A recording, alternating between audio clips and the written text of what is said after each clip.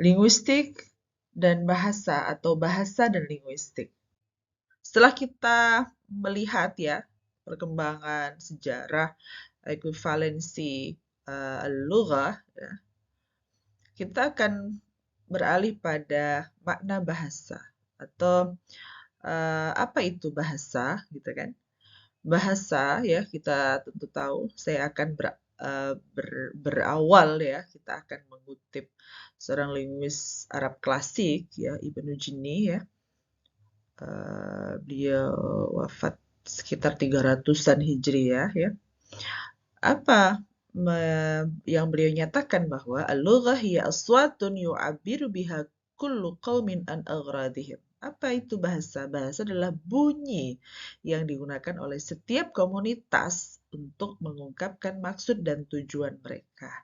Jadi Ibnu Jini itu sudah punya konsep apa itu sih bahasa. Nah, beliau atau dia itu fokus pada bahasa itu adalah bunyi ya.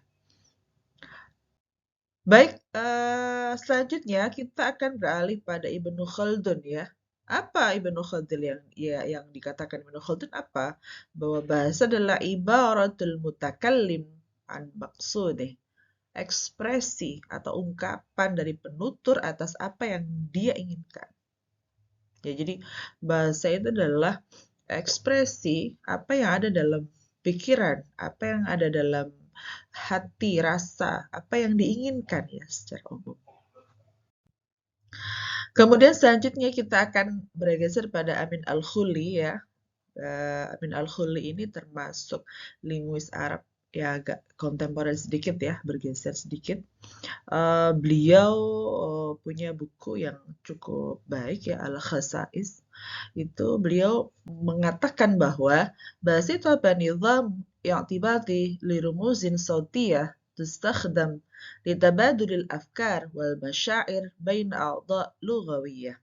Apa itu bahasa? Bahasa adalah sistem yang arbitrer, yang mana suka, ya, i'tibati, yang mewakili simbol bunyi yang digunakan untuk mengungkapkan pikiran dan perasaan antara individu yang menggunakan bahasa yang sama atau masyarakat bahasa ya. Jadi seseorang yang atau komunitas yang menggunakan bahasa yang sama itu dikenal dengan masyarakat bahasa.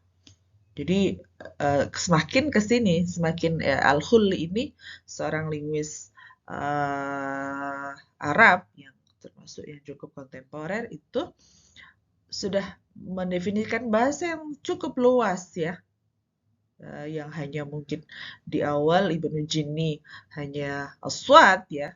Kemudian juga tadi Ibnu Khaldun. Nah, semakin ke sini Al-Khulli ini mendefinisikan bahasa sudah merembet pada hal-hal yang di luar bahasa. Sama sih Ibnu Jini juga ya.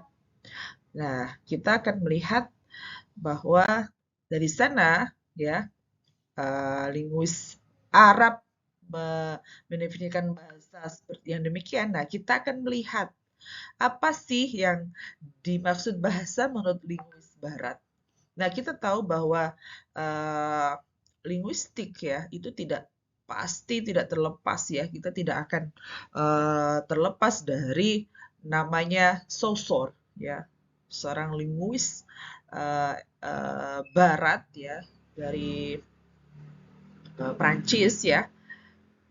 Dan juga kita akan melihat Chomsky ya, linguis Barat dari Amerika ya, kita lihat. Kemudian ada Edward Sapir. Nah, kita tidak tahu sebenarnya, nah, Al-Khulli ini sebenarnya definisinya itu adalah terpengaruh atau dipengaruhi oleh linguis Barat karena beliau itu pernah ya studi di Barat ya, kemudian kiblatnya itu diyakini itu berkiblat pada linguis Barat. Tapi setelah kita bisa menelisik ya pada Saussure ya, bayangin 1857, kemudian ada 1928 Chomsky yang lahir, kemudian Edward Sapir ada 1939, jika dibandingkan Ibnu Jini ya yang wafatnya saja itu 300 Hijri ya, Berarti duluan mana? Nah, kita harus melihat secara kritis ya.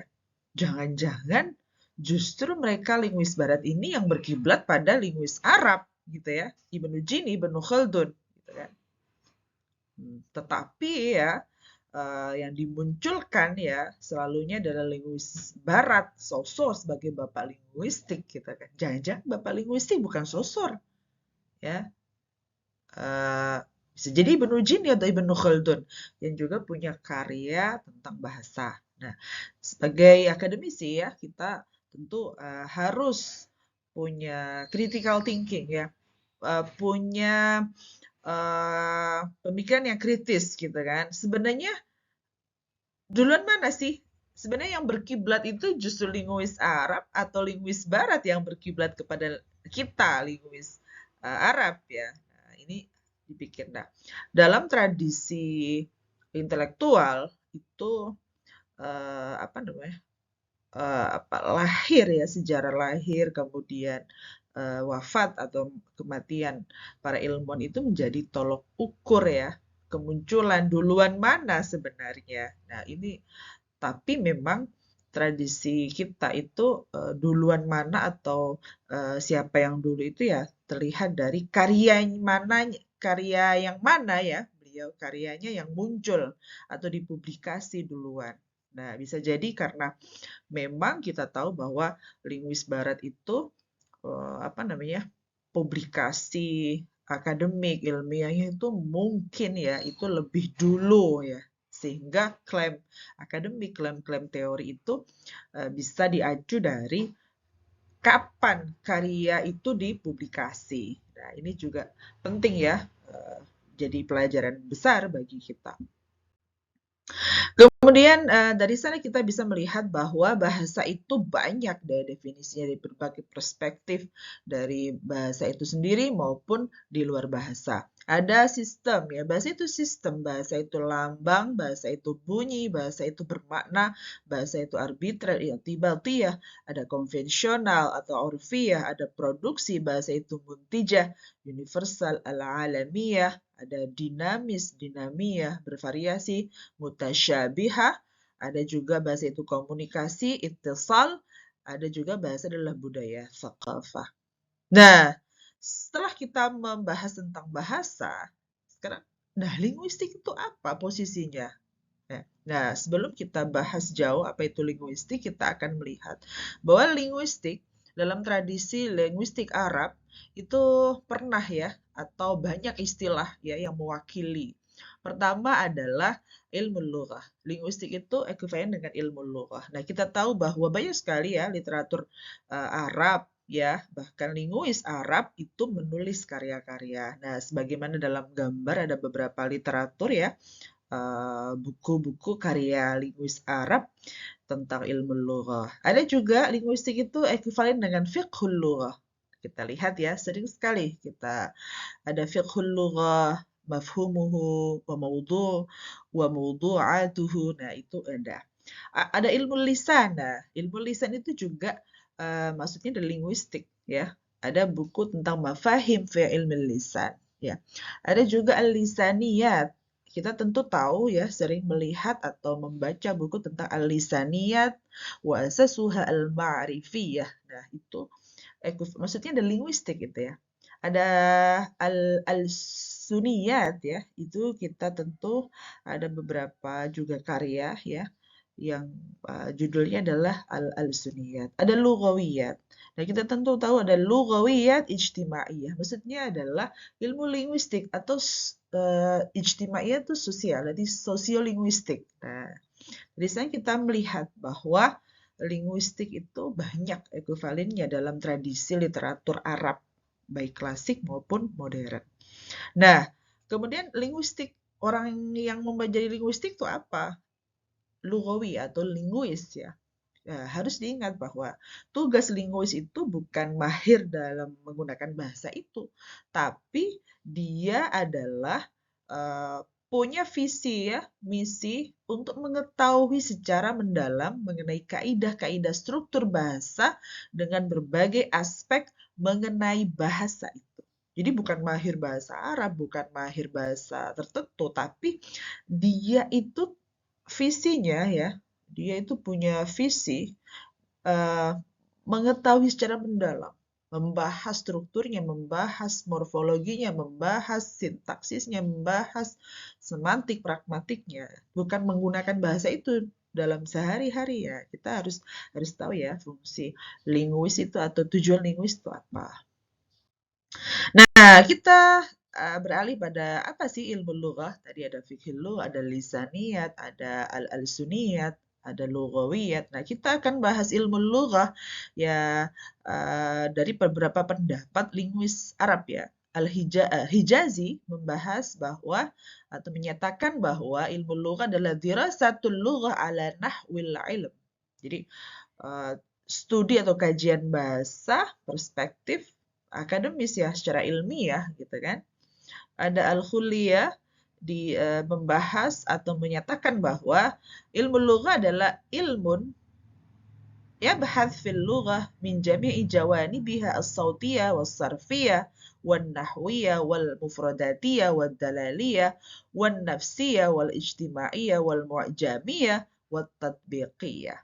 Jadi Al-Khuli ini sudah panjang sekali ya, sudah dipengaruhi. Kita tahu bahwa Al-Huli ini memang dia punya keterpengaruhan ya pemikiran-pemikiran linguis Barat. Karena memang dia modern ya, linguis termasuk linguis Arab modern. Nah, dia sudah menyinggung banyak sekali bahwa menjami'i jawani biha, mulai dari sautiyah, fonologi, sorfiyah, morfologi, nahwiyah, sintaksis, al-mufradatiyah, bahas tentang kosakata ya, kemudian adalaliyah, semantik, nafsiyah, psikologi, ijtimaiyah, sosiologi, ilmu ijamiyah, bahas tentang leksikografi, leksikologi, at-tatbiqiyah, dan juga linguistik terapan. Nah, ada Sa'ron membahas menyatakan bahwa al-ilm alladhi yattakhidul lughah mawdu'an lah. Jadi ilmu lughah adalah ilmu yang menjadikan bahasa sebagai objek kajian. Nah, ini Al-Usaili membahas, saya kira Al-Usaili juga hampir sama dengan Amin Al-Khulni ya. Al-ilm alladhi yadrusul lugha al-insaniyah dirasa ilmiyah min jami'i jawanibiha as-sautiyah, as-sarfiyah, wal-nahwiyah, wal-dalaliyah, wal-thaqafiyah, wa yabhath fi asalib iktisabiha wa taraiqi ta'limiha. Nah, semua akademisi bahasa saya kira punya definisi sendiri terkait ilmu lughah. Ya, Anda juga gimana ya? Menurut Anda gimana? Ilmu lughah itu apa? Nah, Anda bisa punya kecenderungan ya dari melihat dari berbagai pernyataan para linguis tadi ya. Nah, ilmu lughah menurut Anda apa? Nah, silahkan Anda bisa mengungkapkan sesuai dengan yang terjadi yang Anda alami ya. Baik, teman-teman sekalian,